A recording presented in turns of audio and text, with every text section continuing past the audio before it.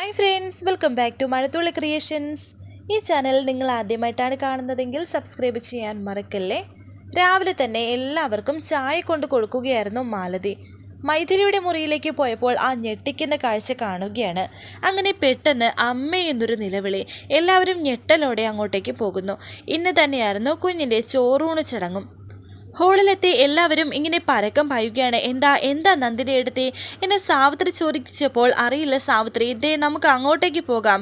അങ്ങനെ ഇപ്പോൾ എല്ലാവരും മൈഥിലിയുടെ മുറിയിലേക്ക് പോകുന്നു. മുകളിൽ നിന്നും താഴേക്ക് ഇറങ്ങി വരികയായിരുന്നു കാർത്തിയും മീനാക്ഷിയും. നോക്ക് എന്ന് പറഞ്ഞ് ആ കാഴ്ച കാണിക്കുകയാണ് മാലതി.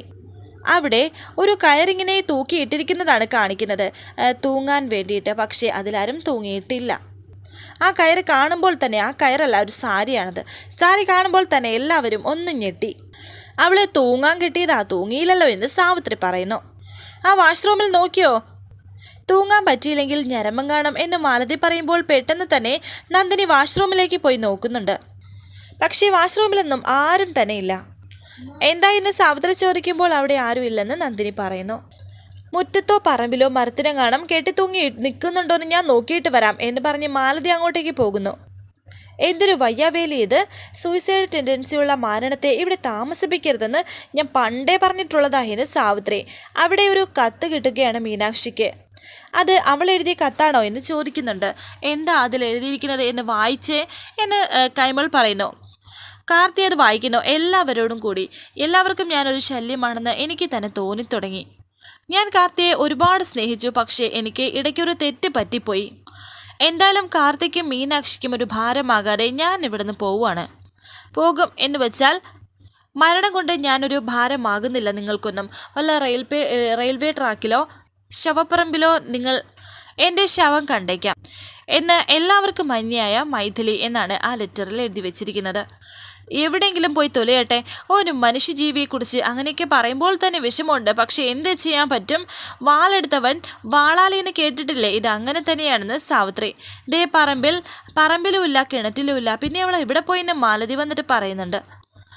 അവളെ കത്തെഴുതി വെച്ചിട്ടുണ്ടോ? എവിടെ നോക്കട്ടെ എന്ന് പറഞ്ഞ് മാലതി കാർത്തിയുടെ കയ്യിലിരിക്കുന്ന കത്ത് നോക്കി. മോളെ, അവളെ കാണാതായ വിവരം നീ ഡിപ്പാർട്ട്മെൻറ്റിൽ അറിയിക്കേ എന്ന നന്ദിനി. അവൾ എവിടെയെങ്കിലും പോയി ഒടുങ്ങും, അവസാനം അതെല്ലാം നിന്റെ പെടലിക്ക് വരും. നീ അത് വിളിച്ചു പറയുന്ന സാവിത്രി. അതിനു മുന്നേ അവളുടെ ഫോണിൽ വിളിച്ചു നോക്കാൻ മീനാക്ഷി പറയുന്നു. അത് ശരിയാണ്, ആള് ജീവിച്ചിരിപ്പുണ്ടോ ഇല്ലയോ എന്ന് അറിയാലോ. നീ ഒന്ന് വിളിക്കുന്ന രാജലക്ഷ്മി. അങ്ങനെ കാർത്തി ഇപ്പോൾ മൈഥിലിയുടെ ഫോണിലേക്ക് വിളിക്കുന്നു. എന്നാൽ ഫോൺ ഇവിടെ വെച്ചിരിക്കുകയാണ്. ഫോൺ അവിടെ തന്നെയുണ്ട്. മീനാക്ഷി ഫോൺ എടുത്തു. അവളുടെ ഫോൺ ഇവിടെ ഉണ്ടെന്ന് പറയുമ്പോൾ മാലതി പറയുന്നു, അപ്പോൾ തീരുമാനിച്ചുറപ്പിച്ച് തന്നെയാണ് പോയിരിക്കുന്നത്. ഇനി വല്ല റെയിൽവേ ട്രാക്കിലും നോക്കിയാൽ മതി. എന്നാലേ വൈകിക്കേണ്ട, പോലീസ് സ്റ്റേഷനിൽ അറിയിക്കുന്ന കൈമൾ. അങ്ങനെ കാർത്തി പോലീസ് സ്റ്റേഷനിലേക്ക് വിളിക്കുന്നു. അങ്ങനെ ആ മിസ്സിംഗ് കേസ് പറയുന്നു. ഒന്നിനു പുറകെ ഒന്നായി മറ്റൊന്നായി ദുർനിമിത്തങ്ങൾ ഇങ്ങനെ വന്നുകൊണ്ടിരിക്കുകയാണല്ലോ എൻ്റെ ദൈവമേ. ഇന്ന് കുഞ്ഞിൻ്റെ ചോറൂണ് നടക്കേണ്ടതല്ലേ എന്ന് രാജലക്ഷ്മി പറയുമ്പോൾ മാലതി പറയുന്നു, അത് ഇനിയിപ്പോൾ എങ്ങനെ നടക്കാനാണെന്ന്. എന്ത് വന്നാലും കുഞ്ഞിൻ്റെ ചോറൂണ് നടത്തിയേ പറ്റുമെന്ന് രാജലക്ഷ്മി. അതെങ്ങനെ നടത്താനാ? കുഞ്ഞിൻ്റെ അമ്മ ചത്തോ ജീവിച്ചിരിക്കുന്നുണ്ടോ എന്നറിയാതെ എങ്ങനെ ചോറൂണ് നടത്തും എന്ന് മാലതി. അവളെ ചത്താലും ജീവിച്ചാലും ഞങ്ങൾ ചെമ്പകമംഗലത്തുകാർക്ക് ഒന്നുമില്ല. കുഞ്ഞിൻ്റെ ചോറൂണുമായിട്ട് ഇതിന് യാതൊരു ബന്ധവുമില്ല എന്ന് സാവിത്രി പറഞ്ഞു. കുഞ്ഞിൻ്റെ ചോറൂണുമായിട്ട് അവൾക്ക് യാതൊരു ബന്ധവുമില്ല എന്ന് പറയുന്നത് അതൊരു മുടന്തൻ ന്യായമാണ്.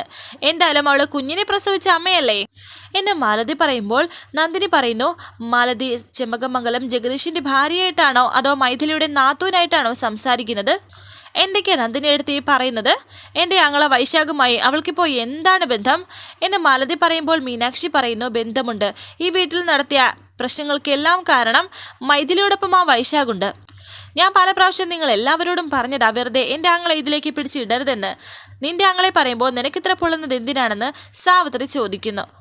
അവനെ വെള്ളപൂശി പുണ്യാളനാക്കാനാണോ നിന്റെ വിചാരം?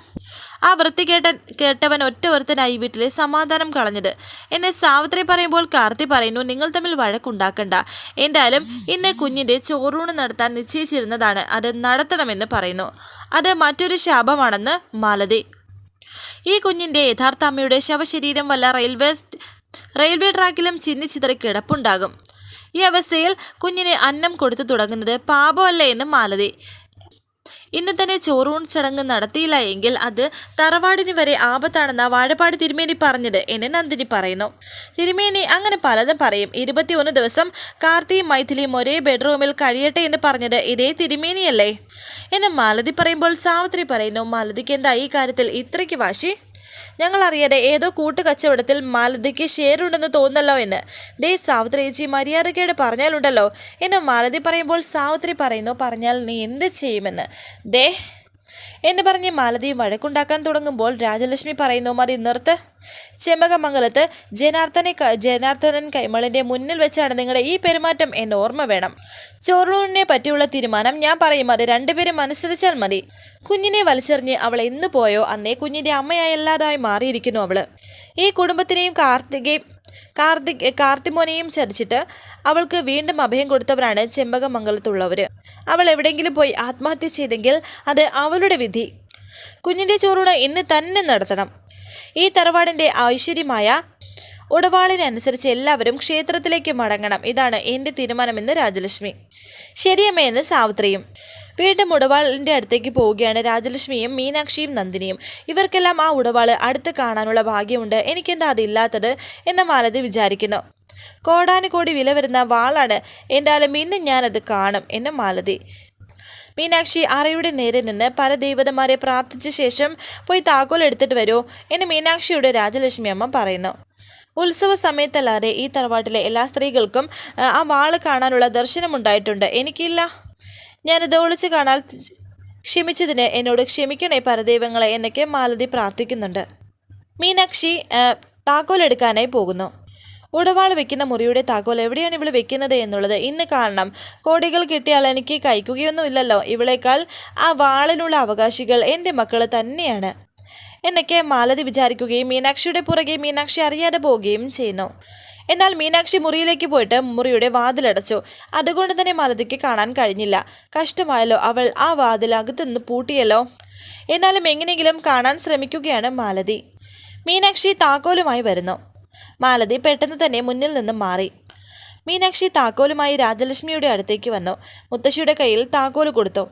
മാലതി എന്താ മാറി നിൽക്കുന്നത്? എല്ലാവരും ഉടവാളിനെ നമസ്കരിക്കണം, നീ ഇങ്ങ് അടുത്ത് വാ എന്ന് മാലതിയോട് പറയുകയാണ് നന്ദിനി. അങ്ങനെ മാലതി സന്തോഷത്തോടെ വന്നു.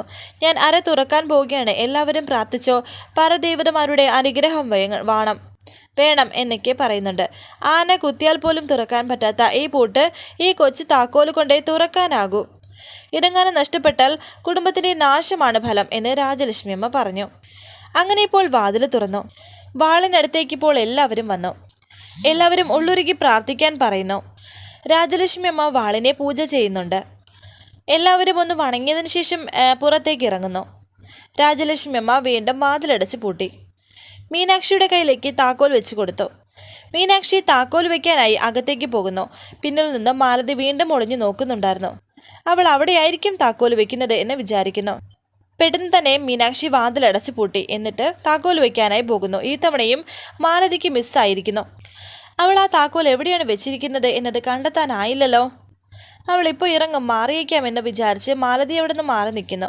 ശേഷം കാണിക്കുന്നത് ചോറൂണിന് പോകാൻ എല്ലാവരും തയ്യാറായി. ഇനി താമസിക്കരുത്, നമുക്ക് ഇറങ്ങാമെന്ന് രാജലക്ഷ്മി. മീനാക്ഷി എടുക്കാനുള്ളത് എടുത്തിട്ടുണ്ടോ എന്ന് ചോദിക്കുന്നു. അങ്ങനെ ഇപ്പോൾ എല്ലാവരും ക്ഷേത്രത്തിലെത്തിയിരിക്കുന്നു. എല്ലാവരും ചോറൂണിനെ പറ്റി സംസാരിച്ചു കൊണ്ട് നിൽക്കുന്നു.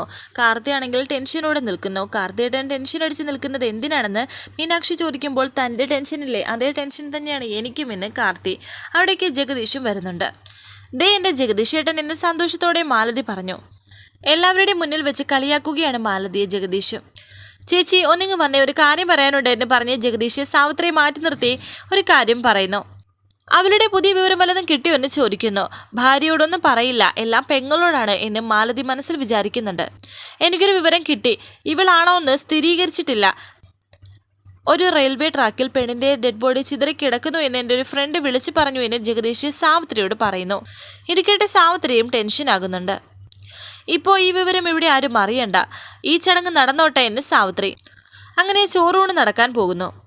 ചോറൂണ് നടത്തുന്നത് ആരാണെന്ന് ചോദിക്കുന്ന കുഞ്ഞിൻ്റെ അച്ഛൻ എന്ന് പറഞ്ഞ് കാർത്തി അവിടെ ഇരിക്കുന്നുണ്ട്. കാർത്തിയുടെ തൊട്ടരികിൽ മീനാക്ഷിയും. അങ്ങനെ കുഞ്ഞിനെ ചോറൂണ് കൊടുക്കാൻ തുടങ്ങിയപ്പോൾ പെട്ടെന്ന് നിർത്ത് എന്ന് പറഞ്ഞ് അവിടേക്ക് വരികയാണ് വക്കീലിനൊപ്പം പോലീസുമുണ്ട്. അത് കണ്ട് വീണ്ടും അവർ ഞെട്ടലോടെ ഇരിക്കുന്നു. വരാനിരിക്കുന്ന പുതുപുത്തൻ എപ്പിസോഡുമായി വീണ്ടും കാണാം. Thank you for watching. Please subscribe, like, share my channel.